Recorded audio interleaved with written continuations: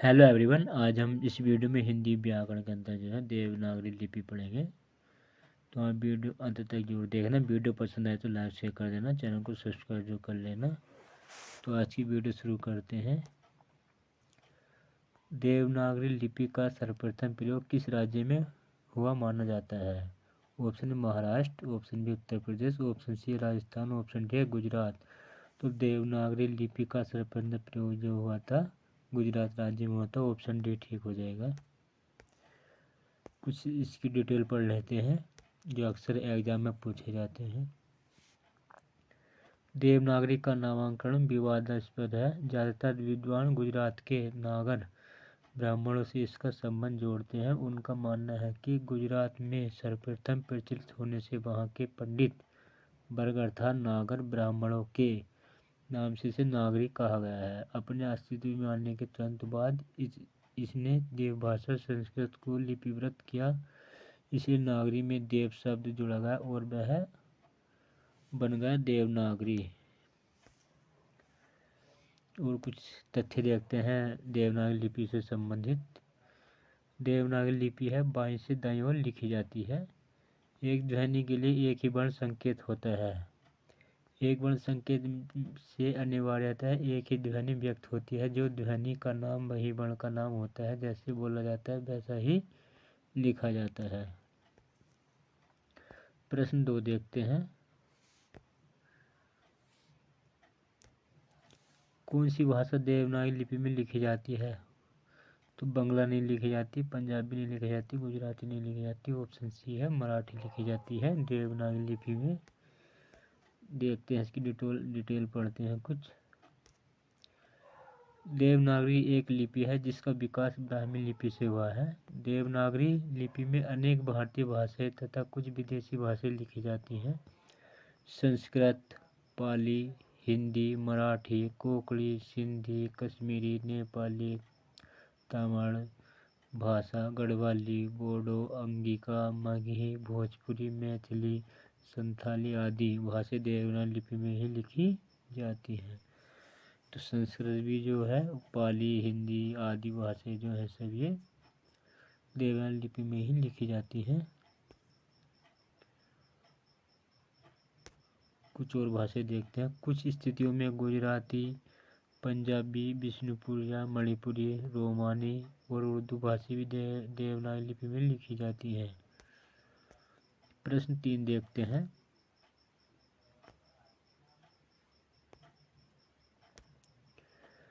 किस लिपि से देवनागरी लिपि का विकास माना जाता है? ऑप्शन ए सामी आरामिक लिपि से, ऑप्शन बी है ब्राह्मी लिपि से, सी है खरोष्टी लिपि से, ऑप्शन डी इनमें से कोई नहीं। तो देवनागरी लिपि का जो विकास माना जाता है ब्राह्मी लिपि से माना जाता है। ऑप्शन बी ठीक हो जाएगा। प्रश्न 4 देखते हैं। हिंदी किस लिपि में लिखी जाती है? Option A Kharosthi, option B है Brahmi, option C Nagari, option D है मसनवी। तो देवनागरी लिपि में लिखी जाती है, नागरी बोलते हैं इसको। ऑप्शन सी ठीक हो जाएगा। हिंदी जो है देवनागरी लिपि में लिखी जाती है। प्रश्न 5 देखते हैं। देवनागरी लिपि में स्वर वर्णों की संख्या होती है 11, 12, 13 या 14। तो इसमें देवनागरी लिपि में स्वर वर्णों की संख्या जो होती है 11 होती है। ऑप्शन ए ठीक हो जाएगा। कुछ महत्वपूर्ण देखते हैं। देवनागरी लिपि में स्वरों की संख्या कितनी होती है? 11 होती है। ये इस प्रकार है ए आ, छोटी बड़ी, छोटा ऊ, बड़ा ऊ, री, ए ओ आई, ये होते हैं 11 होते हैं ये। प्रश्न 6 देखते हैं। संविधान किस अनुच्छेद में कहा गया है कि संघ की राजभाषा हिंदी और लिपि देवनागरी होगी? कई बार परीक्षा में पूछा गया है। तो अनुच्छेद 343, बी है अनुच्छेद 344, सी है अनुच्छेद 345, ऑप्शन डी है अनुच्छेद 346। तो अनुच्छेद में कहा कि संघ की राजभाषा हिंदी और लिपि देवनागरी होगी। तो ऑप्शन जो है पहला ठीक हो जाएगा। अनुच्छेद 343 में कहा गया है। कुछ महत्वपूर्ण तथ्य और देख लेते हैं राजभाषा से संबंधित।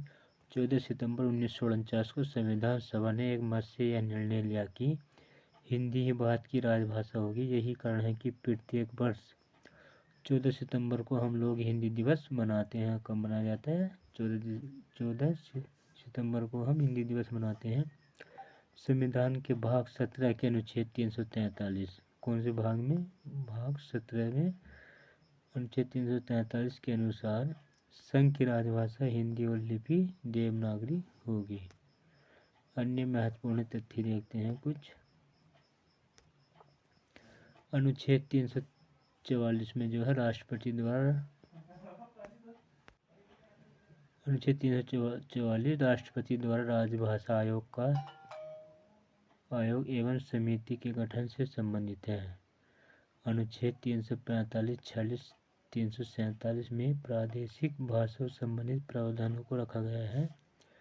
अनुच्छेद 343 सेकंड में किसी बात के होते हुए भी संसद उक्त 15 वर्ष की कालावधि के पश्चात विधि द्वारा अंग्रेजी भाषा का अथवा अंकों के देवनागरी रूप का ऐसे प्रयोजनों के लिए प्रयोग अनुबंधित कर सके जैसे कि ऐसी विधि में उल्लेखित हो। भारत में हिंदी को संविधान की किस धारा के अंतर्गत राजभाषा घोषित किया गया है? धारा 343 फर्स्ट, धारा 343 सेकंड, धारा 333 फर्स्ट, धारा 334 फर्स्ट। तो इसमें जो है ऑप्शन ए ठीक हो जाए। धारा 343 फर्स्ट के अंतर्गत जो है राजभाषा घोषित किया गया है हिंदी को। प्रश्न 8 देखते हैं। किस तिथि को हिंदी को राजभाषा बनाने का निर्णय लिया गया है? 15 अगस्त 1947 को, 26 जनवरी 1950 को, 14 सितंबर 1949 को, 14 सितंबर 1950 को। तो ऊपर भी पढ़ा था हमने 14 सितंबर 1949 को जो हिंदी को राजभाषा बनाने का निर्णय लिया गया है। प्रश्न 9 देखते हैं।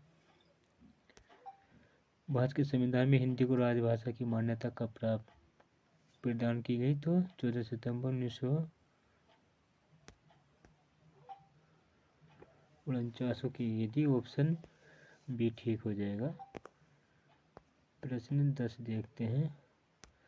भारत की राजभाषा क्या है? हिंदी हो जाएगी। ऑप्शन ए ठीक है। सेकंड जो हो जाएगी अंग्रेजी भाषा है।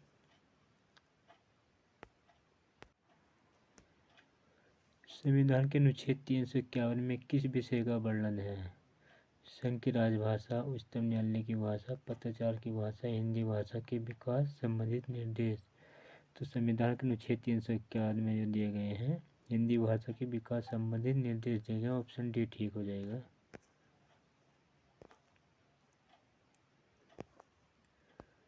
प्रश्न 13 देखते हैं।